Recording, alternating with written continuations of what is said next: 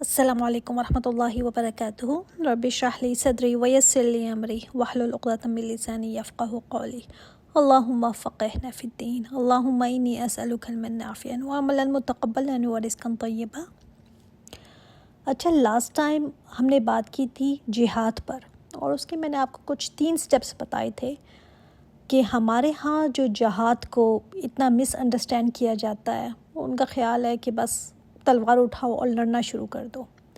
میں نے آپ کو 3 سٹیپس بتائے تھے، اس میں پہلے خود سے جہاد کرنا، جو آپ صلی اللہ علیہ وآلہ وسلم نے فرمایا کہ یہ افضل ترین جہاد ہے۔ خود اپنے نفس کو کنٹرول کرنا، اپنے آپ سے لڑنا، اپنے اندر کی اسٹرگل جو روزانہ ہوتی ہے۔ پھر اس کے بعد جو دوسرا سٹیپ آتا ہے وہ دوسروں تک پہنچانا۔ آپ کے پاس کوئی بھی صلاحیت ہے، اپنی انرجی اپنا آپ لگائیں، اپنا وقت لگائیں، اپنی محنت لگائیں، کچھ بھی کریں۔ اگر آپ کو اچھا بولنا نہیں آتا تو پمفلٹ لے کر کھڑے ہو جائیں، کسی طرح پہنچائیں۔ اگر آپ کا برین کمپیوٹر پہ اچھا ہے تو اس کے ذریعے کچھ لکھ کر بتا دیں، کچھ لکھ کر پہنچا دیں، لیکن دوسروں تک پہنچانا۔ پھر تیسرا سٹیپ آتا ہے کہ اگر آپ کے پاس اتنی پاور ہے تو آپ اس کو معاشرے میں نافذ کریں۔ وہ پھر آتا ہے قتال، کہ اگر آپ کے پاس اتنی پاور ہے، آپ لڑ سکتے ہیں، تو پھر آپ معاشرے میں اسلام کے قانون کو نافذ کریں۔ آج کے وقت میں پرابلم یہ ہوئی کہ جہاد کو جب قتال کا نام دے دیا گیا کہ بس اٹھاؤ تلوار اور لڑو، اس کا نام دے دیا گیا۔ ایسا کر دیا گیا کہ جہاد مینز بس قتال، اور قتال کا بھی ایک سسٹم تھا اس وقت۔ کس وقت قتال کرنا ہے؟ جب قوت آمنے سامنے آ جائیں اور آپ کے پاس بھی طاقت ہو تب ٹکراؤ ہوتا ہے۔ کیا حضرت خباب اور حضرت بلال اور حضرت عمار اور حضرت یاسر کے پاس کیا کوئی ہمت طاقت نہیں تھی کہ وہ ایک تماچا ہی مار دیتے جو ان پر ظلم کرتے تھے؟ ہوتا تو پھر دیکھا جاتا جو ہوتا۔ حضرت یاسر جو شہید کر دیے گئے تھے، ان کو تو پتہ تھا کہ میری جان تو ویسے بھی جانی ہے، نہیں بچنی۔ کیوں ان سب کے ہاتھ بندھے ہوئے تھے؟ کیوں اللہ تعالیٰ نے ان کو منع کیا ہوا تھا کہ تم نے ہاتھ ابھی نہیں اٹھانا، صبر کرنا ہے؟ اور پھر یہ وقت بھی آیا تھا کہ جب وہ قوت بن گئے تھے۔ لیکن مسلمانوں نے آج سمجھ لیا ہے کہ بس ادھر جا کر پھٹ جاؤ۔ جو لوگ بس میں جا رہے ہیں، ٹرین میں جا رہے ہیں، کسی پل پر جا رہے ہیں، ان کو بس مارتے جاؤ، یہ ہم جہاد کر رہے ہیں۔ یہ کون سا جہاد ہے؟ کس قسم کا یہ جہاد ہے؟ کوئی سمجھ تو آئے۔ یہ کون سی ڈیفینیشن ہے جہاد کی جو انہوں نے سیکھ لی ہے، جو نہ تو صحابہ کو پتہ تھی اور نہ کسی عالم کو پتہ ہے، اور ان کو سمجھ آ گئی ہے۔ مسجدوں میں جا کر بم پھاڑ رہے ہیں، فساد ہے، یہ جہاد نہیں ہے۔ کیونکہ جہاد کے سٹیجز ہیں۔ نہ انہوں نے کبھی اپنے اوپر جہاد کیا، نہ کسی اور کو بھلائی کی طرف بلانے کے لیے اپنی انرجی لگائی، نہ شہادت حق دی کہ لوگوں کو بتایا جائے، اپنی سپورٹ میں لوگوں کو بلا کر جمع کیا جائے، پھر اسلام پھیلایا جائے۔ جا کر پھٹے لگتے ہیں۔ ان کو تو اسلام کا بھی نہیں پتہ جو یہ حرکتیں کرتے ہیں۔ اور یہ فرض کفایہ بھی مردوں کے لیے، عورتوں کے لیے نہیں ہے۔ ایک جنگ بھی مجھے کوئی ایسی بتا دیں، حالانکہ اس وقت ایک فرد کی ضرورت ہوتی تھی، پھر بھی آپ صلی اللہ علیہ وآلہ وسلم نے عورتوں کو گھر سے نہیں نکالا کہ تم بھی آؤ، تم کیا گھر میں پڑی ہوئی ہو۔ لیکن آج عورتوں میں بھی دیکھنے کو ملتا ہے کہ عورتیں بھی کہیں جا کر ملوث ہیں ان فسادات میں۔ ہاں، اس وقت عورتوں نے زخموں کی مرہم پٹی کا کام کیا تھا، ایک میڈیکل ایڈ کا کام ضرور کیا تھا۔ کہاں ہمیں ملتا ہے کہ راتوں کو گھس کر گھروں میں ابو جہل یا ابو لہب جو ظلم کرتے تھے، خون خرابہ کر کے آ جاتے کہ وہ تو ظلم کرتے ہیں، کیا مشکل تھی ان کے لیے؟ پھر جو ہوتا وہ دیکھا جاتا۔ کیا ایسا کبھی ہم نے سیرت میں دیکھا ہے؟ مسلمان تو جب تلوار اٹھائے گا تو تب اٹھائے گا جب اس کے پاس اتنی پاور ہو کہ پورے ملک میں اسلام کو نافذ کرنا ہے۔ اور ٹکراؤ اگر آ رہا ہے، ان کے راستے میں رکاوٹیں پیدا کر رہے ہیں، آپ صلی اللہ علیہ وآلہ وسلم نے فرمایا جو صرف اللہ کے کلمے کو بلند کرنے کے لیے لڑتا ہے وہ مجاہد ہے۔ یہ ہے قتال فی سبیل اللہ۔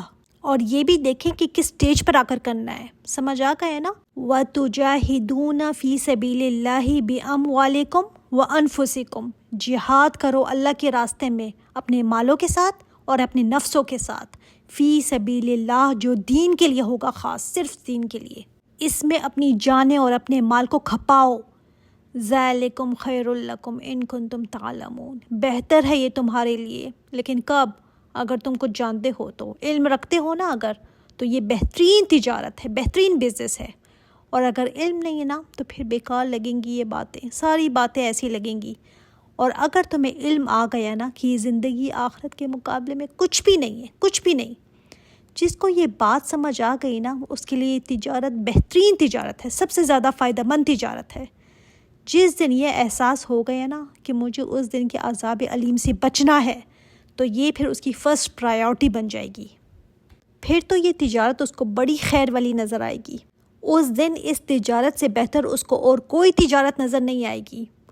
اگر یہ بات اس کو سمجھ نہیں آئی تو پھر یہ باتیں لگیں گی، ہاں کیا کروں، بوڑھی ہو جاؤں گی تو پھر کر لوں گی، فارغ لوگوں کا کام ہے یہ، مولویوں کا کام ہے یہ، میں کیوں نہ کوئی جاب کر لوں، سارا دن فارغ ہوتی ہوں، کچھ پیسے کما لوں گی، کچھ کر لوں گی، یہ مجھے اس سے کیا ملے گا، اس سے کیا فائدہ ملے گا. حالانکہ اللہ تعالیٰ نے بتایا بہترین تجارت ہے، بہت پروفیٹیبل ہے. لیکن اگر تم اس کو جان جاؤ، کون سی کلاسز آپ نے لگائی ہوئی ہیں نا، ڈیپینڈ کرتا ہے. جس دن آخرت کی کلاسز لگا لی نا تو اس دن تو مسئلے کوئی اور ہمارے ہو جائیں گے، نفع کوئی اور نظر آنے لگے گا پھر.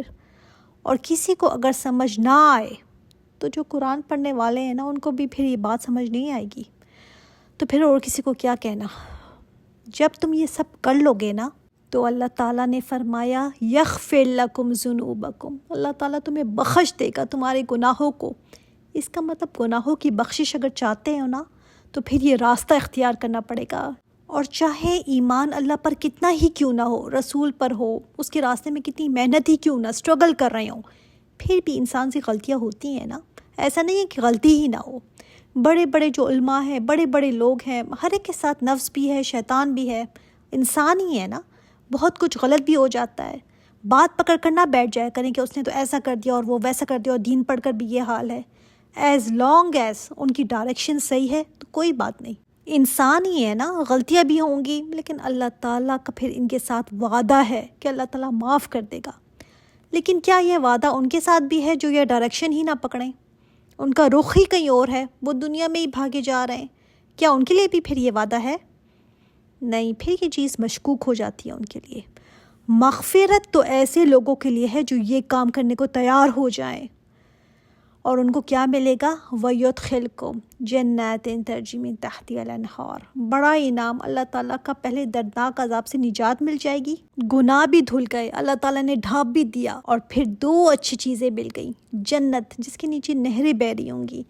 ہم جب کسی خوبصورت کسی مقام پر جاتے ہیں نا، وہاں پر کیا ہوتا ہے، اوپر کو گھر ہوتے ہیں اور نیچے کو نہریں بہہ رہی ہوتی ہیں نا. ایسے تو نہیں ہوتا کہ آپ کا گھر نیچے اور اوپر کو نہریں بہہ رہی ہوں. تو ایسے باغات ملیں گے جس کے دامن میں نہریں بہہ رہی ہوں گی.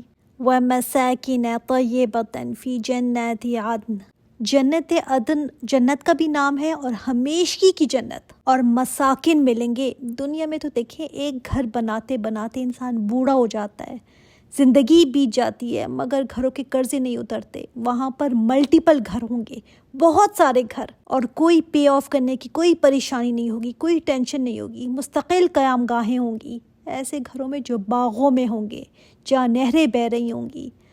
ذَلِكَ الْفَوْزُ الْعَظِيمُ، یہ ہے کامیابی، بہت بڑی کامیابی، جس کو مغفرت مل گئی، جنت مل گئی، عذاب سے نجات مل گئی. اور کیا چاہیے؟ اصل کامیابی تو یہی ہے نا.